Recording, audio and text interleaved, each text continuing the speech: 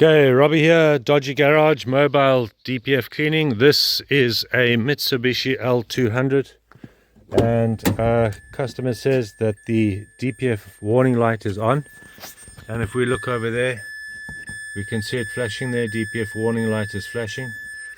On these vehicles the dongle's right there, it's not difficult to find. So I've already dialed into this van and I found the fault code, and it says the engine oil level too high, and that's the only fault code that is here. And if we go back, read fault codes, that's the only one that's here. If we go back, then we go to data stream. Despite the fact that that little DPF warning light is flashing there, sorry man, my computer here is falling all over the place. Okay, so we go to data stream and we just find what we're looking for. Okay, which is here, DPF pressure sensor, and we press OK. We're zero, hang on, let's just get this, 2 HPA or millibars. We don't have millibars. So we're at -10, -5 pressure, so that's slightly wrong. But we want typically a pressure inside the DPF of between 0 and 10 HPA. So if we start the van up, just check that we are out of gear.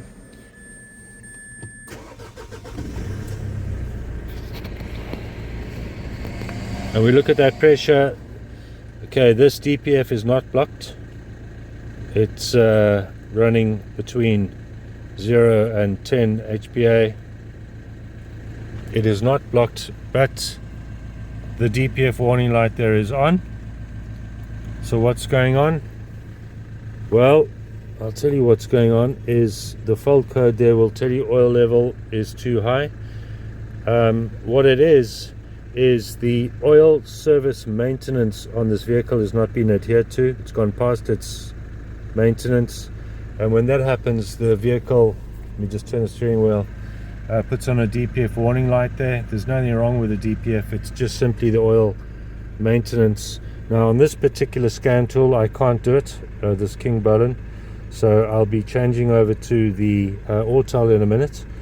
In the meantime, we're just going to go and look at the actual oil level, and we're going to have to pull a bit of oil out because it is a little bit high. I'll show you how that looks.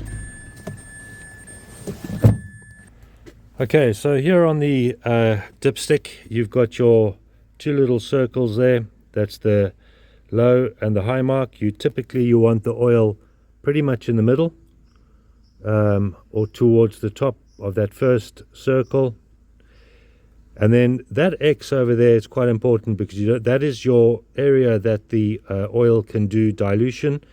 And what that means, okay, and you don't want it to get to the X, the oil to get to the X. When this vehicle regens, it pushes extra diesel down into the exhaust, which heats up the DPF, which burns off the soot. Some of that diesel goes past the pistons and into the sump, and it actually raises up the oil level here, and that's called oil dilution because the oil is being diluted by the diesel going into the oil.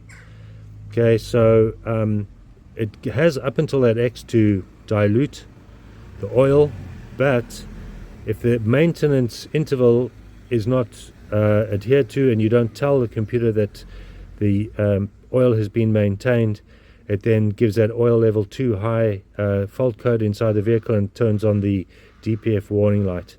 And you won't switch that off until that oil level maintenance button has been reset. So let's put this guy in and check the actual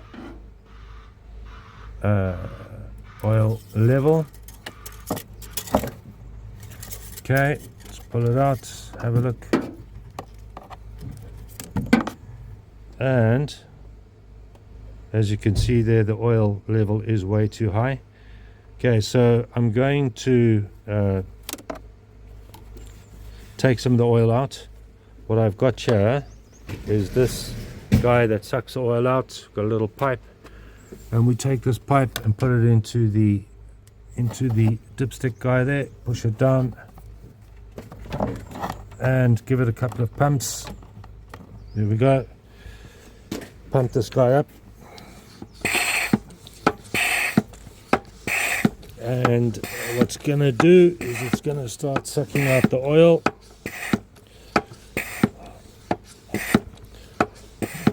Here comes the oil. I don't know if you can see that. There we go.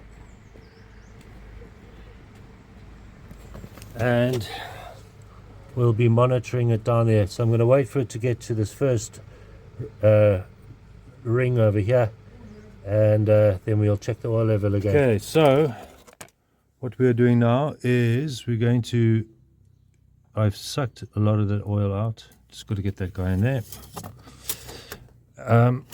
And then I have reduced the oil to the top marker, and if we have a look there, we are now just above that top little circle, and I'm going to leave it there. I've explained to the customer what needs to happen, and he says he's going to take it for an oil change in any case. So I've reduced it to that level, and that's a lot better. Next thing is get inside and reset the oil. I'll show you how that works. Okay, so we inside the vehicle. I've had to change scanners. I've got the Autel connected here, and the reason being is that the King Bowden won't reset the oil on this vehicle, so I have to change to the Autel. So it's this guy, and it's quite cryptic finding the place to reset the oil, because okay, so we can do fault scan, and as you can see there, the in the ECM there's one fault code, and if we go to it up here, trouble codes, it's going to tell you the engine oil level too high.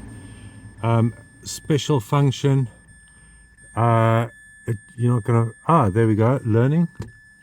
I wonder if I found it already. I usually battle to find this. And we go inside here. No, it's not there. We go back. I usually battle to find it. Initialization. And we go over here to this little box over here. And you've got to go down. You've got to push that little guy down there, and there where it says engine oil exchange service, you click on that. And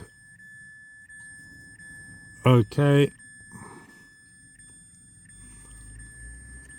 the selected command will be executed. Are you sure? Okay,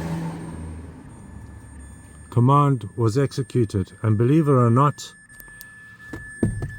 it's as easy as that, I think. Okay, that DPF light is still on. Let's just have a look. So we just go here, trouble codes, escape. Okay, escape,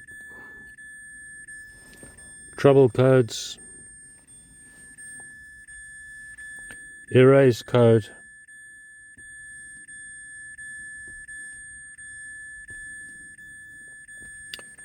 and believe it or not, that is it. The DPF warning light is now off, codes erased, start it up.